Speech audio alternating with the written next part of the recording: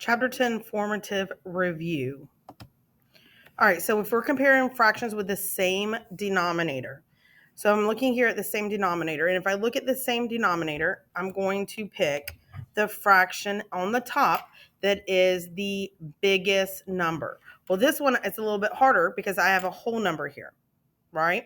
And that whole number is a whole number of 1. So anytime you see a whole number and a fraction that you're going to look at. So this whole number is actually 8/8, right? So if I look at 8/8 plus 1/8, I'm going to get 9/8. Okay, so that also lets me know. So I'm looking at 1 and I'm going to make it into a fraction, and it's 9/8. So I have 9/8 and 10/8. Which one is the bigger number? Well, 10 on the top is bigger, so I'm going to say 10/8. I can also draw this as, here's my 1, right? Then I have here 1, 2, 3, 4, 5, 6, 7. If I look, I have 1, which would be 8/8. So that would be all of this, 8/8. And then if I look, it's also 1/8, right? So 8/8 plus 1/8 is 9/8. And then 10/8. That means I'm going to go 1, 2, 3, 4, 5, 6, 7, 8, 9, 10. Going 2 past that. So that would be the bigger fraction. All right, let's compare again. Same denominator. Again, if it's the same denominator, let's draw.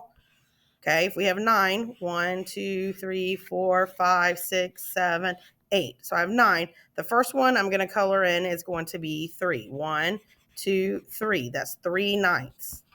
The second one I'm going to color in 2. So which one is greater than 2? It's going to be 3/9. The alligator's mouth is going to want to eat. So this is 3/9 is greater than 2/9. But again, if I have matching denominators, I'm going to pick the bigger number in the numerator because that's going to be the fraction.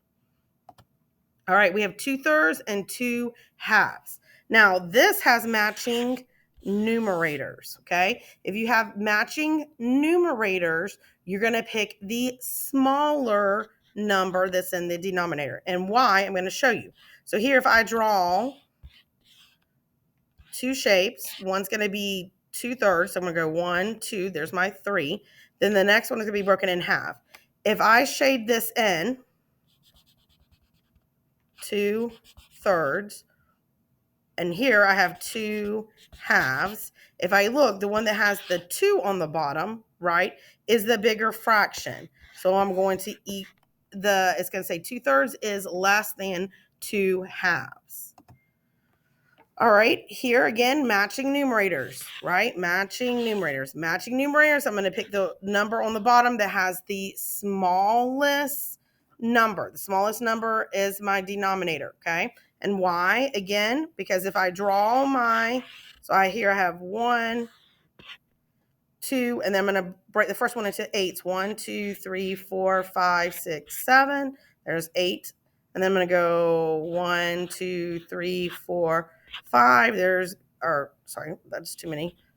4. And then I'm going to color it in. If I color in 6 pieces, 1, 2, 3, 4, 5, 6 for the first one, and then the 6 again. 1, 2, 3, 4, 5, 6. I'm actually going to have to go past the whole number. So that one is greater than. So 6/8 is less than 6/5. But again, if you have matching numerators, you're going to pick the smallest fraction that has the smallest denominator as or number as a denominator.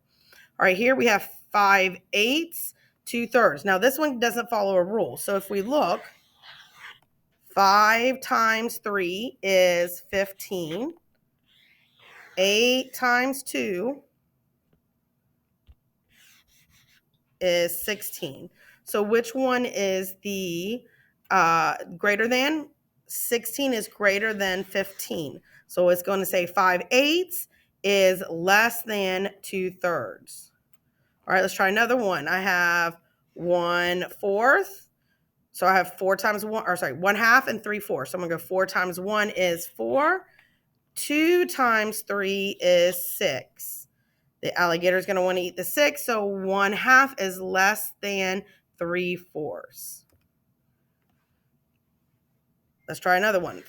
5 times 4 is 20. 8 times 1 is 8. 5/8 is greater than 1/4. All right, if we're going to put the fractions from least to the greatest, if we have the same denominator, which is what we have here, we have 5s, right? So if we're going from least to the greatest, we're going from the smallest to the biggest. We're always going to, up at the top, our numerator, we're going to look for the smaller number to start with. So here we're going to have 1/5, then 4/5, then 10/5. Okay. Let's go to the next one. Again, if I'm going to order from the least to the greatest and I have matching denominators, I'm going to start with the smallest number on top. So here I'm going to go 1/10, 3/10, 9/10.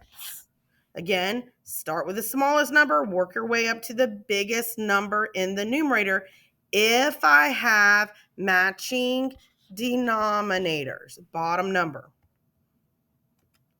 All right, here I have matching numerators. Okay, so matching numerators, I'm going to start with what? I'm going to start with the smallest number on the bottom. Sorry, not smallest number. That's going to be my greatest one. Is the smallest number on the bottom is going to be my greatest one.